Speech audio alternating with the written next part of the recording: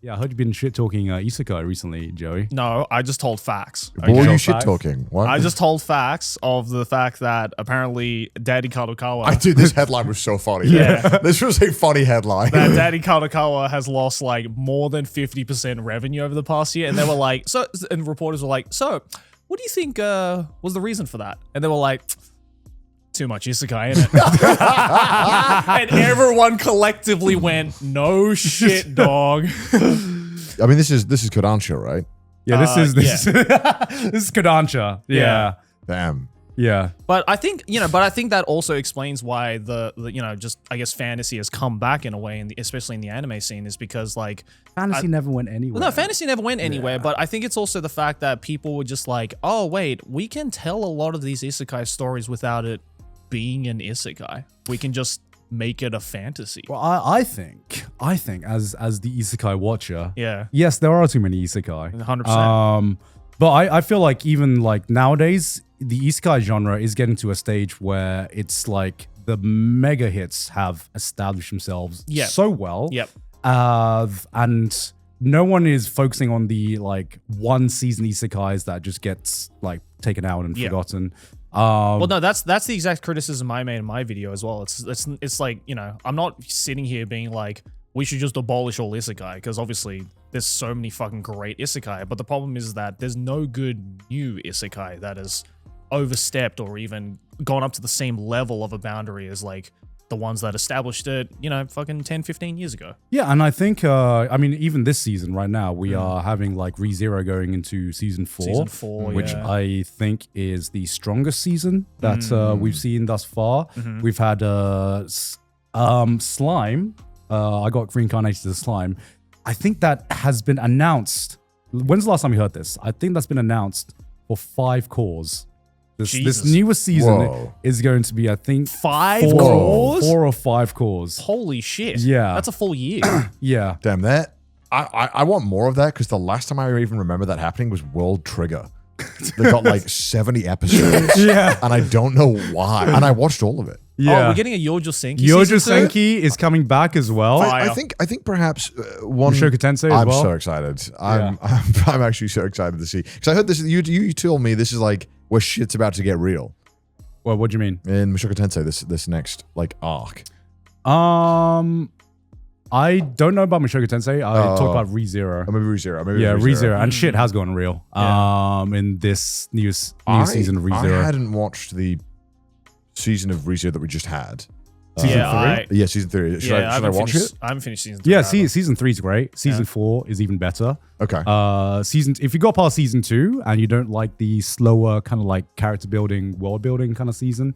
Yeah, I won't lie. Season 2 is rough. Yeah. I actually enjoyed season 2 for the same reason I enjoyed Attack on Titan season 2, which is it kind of like slows things down. Not so much happens, but you really do get to see a lot of progression in, especially Subaru as a character. And it really does pay off in season 3, and season 4 is just fucking havoc right now. Right. Okay. I mean, I enjoyed Subaru's. Obviously, we've gone off topic now, but I enjoyed Subaru's arcs. But I think it was the characters around him that I struggled to care for as much. But I thought Subaru as a character was great, especially. I feel like a very relevant character for modern day time. I mean, seriously, I think like it's He's very just like on the nose at times, but there aren't many shows that how do I say this? Try to make incels redeemable.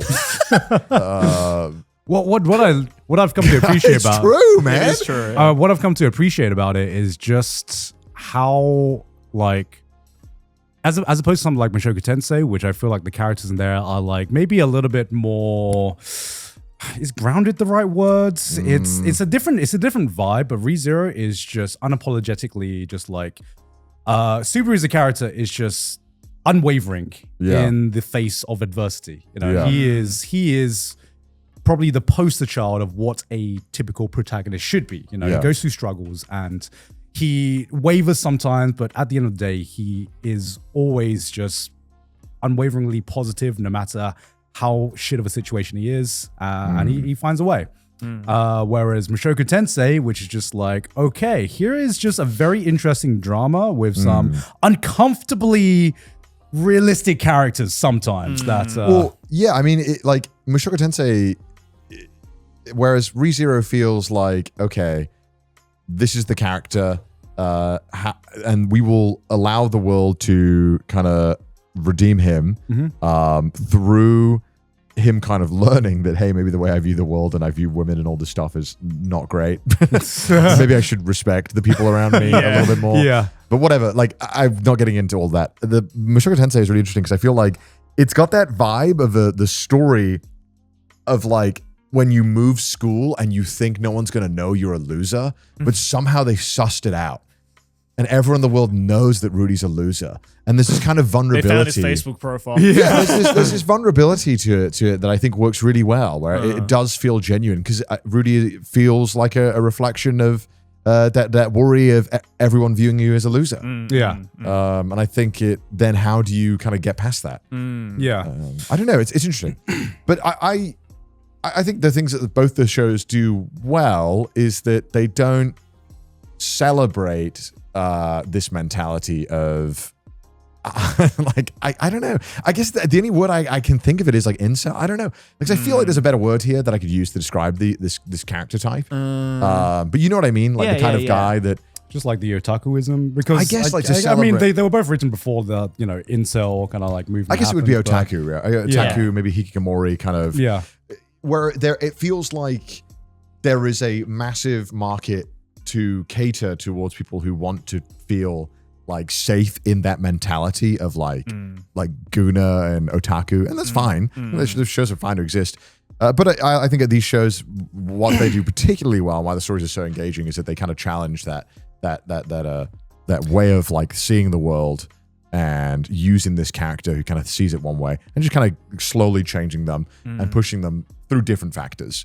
And different conclusions. Yeah, honestly, I think the biggest difference between these isekai and other isekai is just they feed into it. They just better writing. It's just better written. It feels like the story has a point to it. Yeah. It feels like the author is trying to say something. Whereas a lot of isekai, and I use the term isekai, but these types of stories are going to exist because there is a market for them. Yeah, of course. It's just your basic power fantasy. It's not going to go away. It's not going to go away. It just goes into different iterations. Like in Japan, isekai is very prevalent in like the power fantasy genre. You go to Korea and it's all about, there's so many like power fantasies in like regression, which regression is basically what ReZero is, where the main character basically dies and resets to a earlier point in their life and they keep doing it over and over.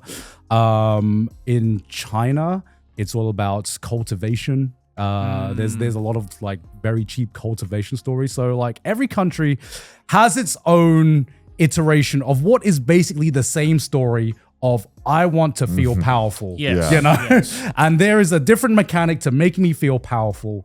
But it's all there and it's going to evolve into something. If people are getting tired of isekai, it's going to change into something else. Yeah. Right now, I see a big trend in anime. The new power fantasy slop, I feel right now, is slowly going into romance.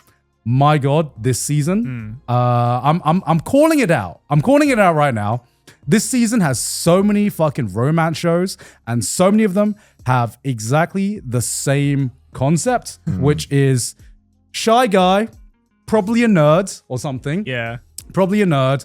He gains the attention of the popular girl in class. The quirky girl. The popular girl that maybe has a secret side to them. Yeah. Maybe they're a little bit nerdy. Yeah. Maybe they share a hobby with the main character, but they garner the attention of the popular girl.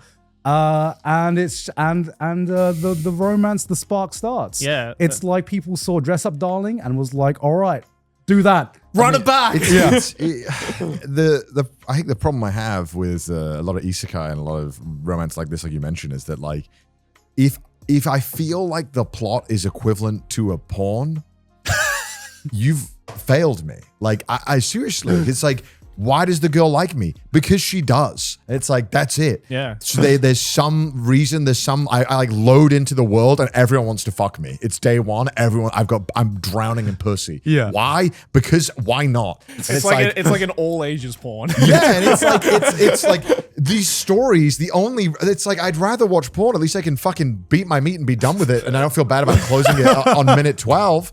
These shows, they demand you to watch for 12 episodes, and the story's no fucking better. Yeah, it's Blue Balls the show. I've half the fucking hentai I've seen have more interesting and better world building because it's like, hey, they have to actually like think of a satisfying reason to turn me on. Yeah. Whereas half these shows just exist because they're just fucking product to meet some kind of fucking deadline. It's ridiculous. Yeah. But you know, it makes sense that a lot of these are being pushed out with this generation being the loneliest generation I of the know. world. Yeah, It makes totally. sense why. It makes sense.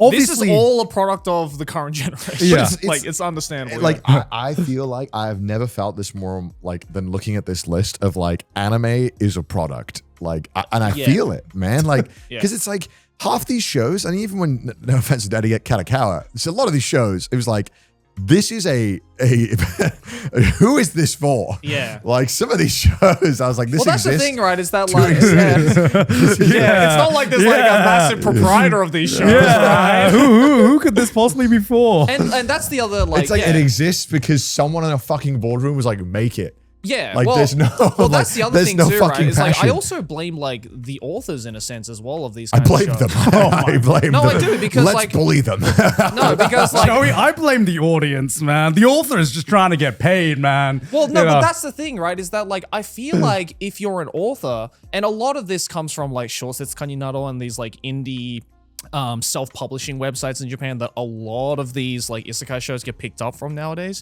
It's just like, okay, I get you want to sell your product, but like just doing another cheap iteration of another isekai because you know that isekai sells is like kind of undermining yourself as an author. Like, okay, if you actually have a legitimate message or a reason or like an interesting story or, you know, subplot under the isekai concept that you want to tell, then okay, fair enough. But like, we haven't seen that recently. That's why fucking 90% of the isekai that comes out in the past 5 years gets forgotten about the moment the next season rolls around, right? I mean, it's I feel it's just more Sturgeon's law. You know, it's just like 90% of everything is going to be shit, unfortunately.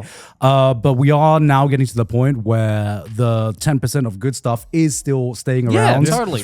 And you know, Which I'm completely okay with, you know. yeah, because how long has this isekai trend been going on for? It's At been, least 10 years. Yeah, no, it's longer than 10 years. When did bro. ReZero season 1 come out? More than 10 years ago, 2000. I'd say actually, like it might be 2016. Yeah. 2015. I probably 10 Yeah. But it was when ReZero came out, I feel like isekai fatigue was already like a thing. You think so? It was kind of becoming a thing. I feel like you know? I feel like around this time was when people really started to lock in on the concept of isekai. You know what I mean? Like, because obviously, yeah, isekai's fucking been around for decades, but like, it wasn't until like ReZero season 1 and like Konosuba season 1. Konosuba was 2013 though, right? Is it? Oh, holy shit. Am I that old? Konosuba season 1. Season 1. 2016. Oh shit, it was 2016. Same Fuck. year. There you go. I mean, a lot of these shows are just Yeah, a lot of the big, like, I guess, quote unquote, staple isekai shows today came out around the mid 2010s. And I think that was the moment where, because we saw just a massive, like, surge immediately of these very popular shows that all just happened to be in isekai, that was the moment where people started to actually be like, pay attention to the isekai genre. And then 10 years since then, it's just been like, they've just been ramping it up every single month, but lacking the quality, obviously, which is why shows like ReZero are still the most talked about isekai 10 fucking years later. It does feel like a lot of, I don't know how to a better term, but I think there's anime somewhat feels like disposable. Yeah. In the way that we kind of treat it and consume it. It feels like, Well, because there's so much more demand now, right? So they have to answer to that with more supply. But the problem is that the supply quality is just dipping. yeah. I mean, yeah. I mean, I would say there's more good shows coming out. Yeah, there in are more modern, good shows, in modern anime than ever. But that's Yeah, just for because sure. there's more. That's just because there's more shows. There's more shows coming out than ever. And yeah, you are just going. But what to I'm get saying is that yes, but the majority of those good shows are not isekai. Like the ones that actually get talked about are not the isekai shows. Well, I mean, Other than, again, ones like Mushoku Tensei, ReZero, Yojosenki, the ones that actually establish the genre. I don't think like a show being talked about though is like the sign of if it's good.